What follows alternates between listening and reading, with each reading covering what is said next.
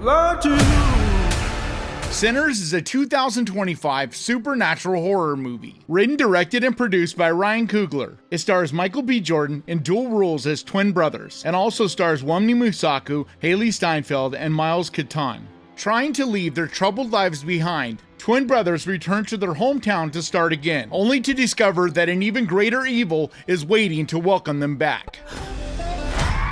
You keep dancing with the devil. One day he's gonna follow you home. So I just got back from checking out Sinners in a theater, and I heard a lot of buzz about this movie going in. From the trailer, I thought it looked good, but I also felt like this was one of those trailers that showed way too much. Beyond that, I knew that Ryan Coogler is a very talented filmmaker. I think he did an amazing job with Creed as well as Black Panther. So I know that he's competent as a filmmaker and all of that. But I was still wondering what he could do in the horror landscape. Like, it's one thing to do action movies and that kind of thing, and dramatic stuff. You know, there's a lot of drama in the Creed movies. So it's one thing to do that, but horror is a different thing. And so I was really wondering, what was this movie gonna bring? What was it gonna do? And the fact that it's a vampire type of movie left me also going, okay, well, there's been a ton of vampire movies made, or at least things along those lines. What can he do different?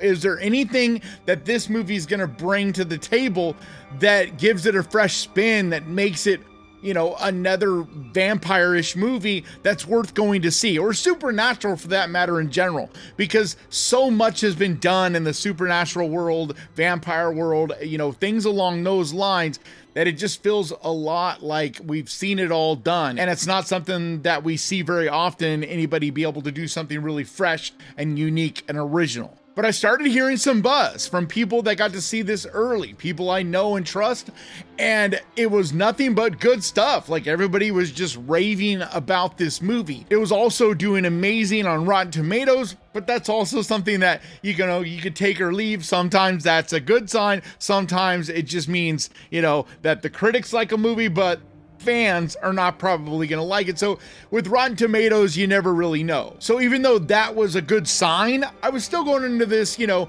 with lowered expectations, not expecting to be necessarily blown away, but hoping to at least be entertained. And I gotta say, I am so impressed with this movie. It is so damn good. There is really nothing negative that I can think of to say in this moment about this. And I'm not one of those people that pick movies apart. You guys know that. If you've watched this channel for any length of time, you know that I'm not a super critical kind of guy. I go into movies wanting to be entertained, wanting to enjoy myself, so I pay attention to the good. But if there is glaring problems, you know, I'll talk about those. I'm not afraid to talk about things I don't like, but it's just not something I really focus on. And with this movie, I don't have anything negative to say about it. Like, it is just so good. It's layered, it's dramatic, it has elements that are funny without being comedic at all. There is real characters that feel like real people. The dialogue is fantastic. It has a great pacing, and for a good chunk of this movie, there's not supernatural things. There's not, you know, horror type of things going on, but yet it still kept my attention. It didn't make me bored. I was really invested, really interested in seeing where this was going, because from the jump, you like all of the people involved. They're all likable and interesting and entertaining. And the way it sets the story up, the way it gives you the backstory on these characters, none of it felt forced. None of it feels like they're holding your hand or exposition dumps or anything like that. It felt very much like a natural, fluidic type of thing. And that's where you can really see what a talented filmmaker Ryan Coogler is, because he's able to do those things on such a great level. But I was still waiting to see, when the horror kicked in, what we were in for. And I gotta tell you, there's been a lot, like I said, vampire, supernatural type of movies that at least live somewhat in that space. There's so many of them, and you never see anything new. And I'm not gonna say that this is reinventing the wheel, but it felt fresh, it felt unique, it felt different. It's hard to even put a finger on exactly what it was about this that really made it feel so unique, but it really does. I mean, part of it is, like I said, the layered characters, the backstory, how much you really like these people. And so if people are dying, you care about every single one of them. You don't want to see anybody taken out. So it adds to the drama and the tragic quality of things. It's also just absolutely savage. It gets gory. It gets very brutal. And Michael B. Jordan is so badass. He does such a great job acting wise in this as well, where he's playing these two characters, but they feel very, very different. And early on, I was like, you know, am I going to be able to buy him as these two different people in this movie? But they do a great job of setting it up. And the way they show you these separate twins, it's a really creative way of kind of pulling them apart and letting you see who these people are individually while still including them in the same world together. Lots of times where they are together, but just the way it was set up, the way you get this buildup of these two, they feel very unique. They feel like they're definitely two different brothers. But both characters are just absolutely badass. And there's a level of almost gunslinger quality to them. It has this almost Old West feel, even though it's, you know, in the 1930s, so it's not that, but it's got this mafia angle, and they just feel like, you know, you believe that these two come from, you know, some pretty dark past. And it's cool because there's a lot of mystery to it. It doesn't really tell you everything about what these two have been through, but they give you enough that you buy it. You know, you believe that these two have definitely seen some shit. But it takes some really cool twists and turns too. And there's a real unique kind of style to it, as well as it's just absolutely gorgeously shot. The costume design, the lighting, the special effects are super on point. There's a ton of practical effects. And when there is the CG thrown in there, it's hard to even really tell where it is thrown in because they do such a good job of blending everything together. And this cast is just fantastic. I mean, everybody in this has a moment where they stand out, especially Wunmi Musaku.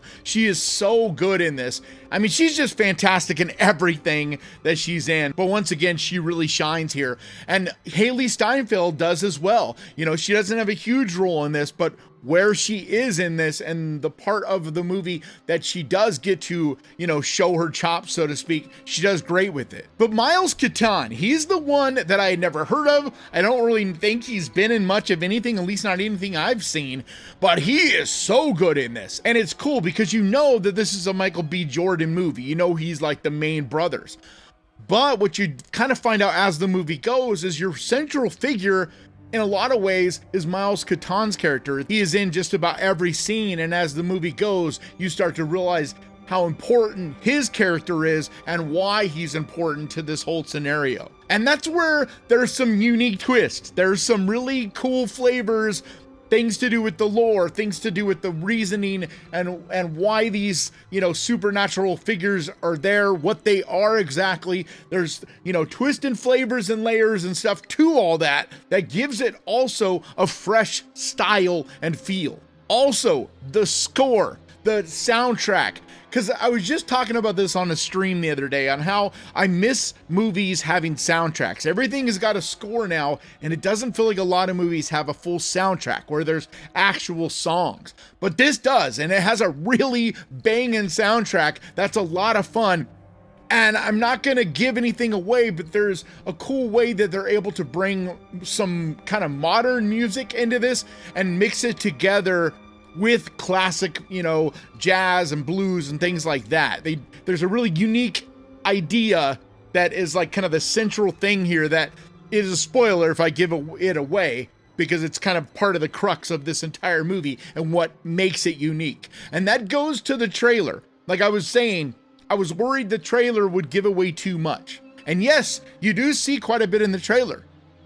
But they did a great job of not really showing you the thing that really makes this movie work. The thing that is, like I said, the crux of it, what really kind of holds all of this together. And so, yeah, you may get little flashes and glimpses here and there and get ideas of the story, but trust me, there is a ton of meat on the bone that they still leave for you so that you don't feel like you know what is going to happen in this movie and you don't feel like you had it ruined and don't have any surprises. Trust me, there's still plenty of surprises here. But I am just praying to the movie gods that people go out and support this movie, because unfortunately, a lot of the vampire movies over the last number of years have just not done good. They don't make a lot of money, and it's frustrating. And I'm hoping that because this isn't just a vampire movie, there's more to it than that, that helps it get going, helps, the buzz get going, and also Michael B. Jordan being in it and Ryan Coogler being involved and all of that. So I'm hoping that kind of helps push it over the top. But honestly, since 30 Days of Night, I haven't seen a vampire-ish type of movie feel like this, where it's so layered. There is tragic elements, there's fun elements, it's exciting, it's full of action and all of that, while it still has drama and characters and well-written story, and just has all those different layers on top of the fact that the entity, the vampire type of creatures, are different and scary, and there's different layers and lore and stuff to all that makes it feel interesting and different and original. So I'm extremely impressed with this movie. It blew me away. It's right up there with my favorite movie of the year, and until the dust settles and I have a time to think about this movie and all that, I don't know where it ranks yet, but I know that it's probably the most fun I've had seeing a movie this year, and without question up there as one of my favorites so far. But if you're a fan of movies like 30 Days a Night, where they're in that vampire world, but they have kind of a unique way of doing it,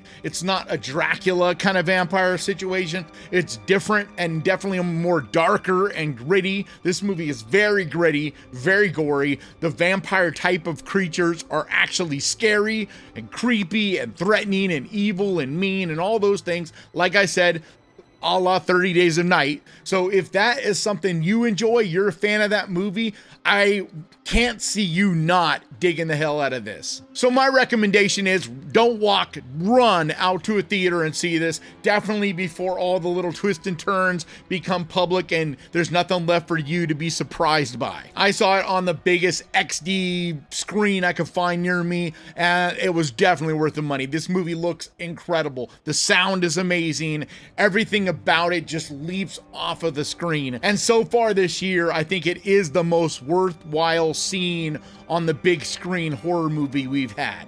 Come on, open the door, let on out of here. Stay. It's you? Of course it's me, open the door.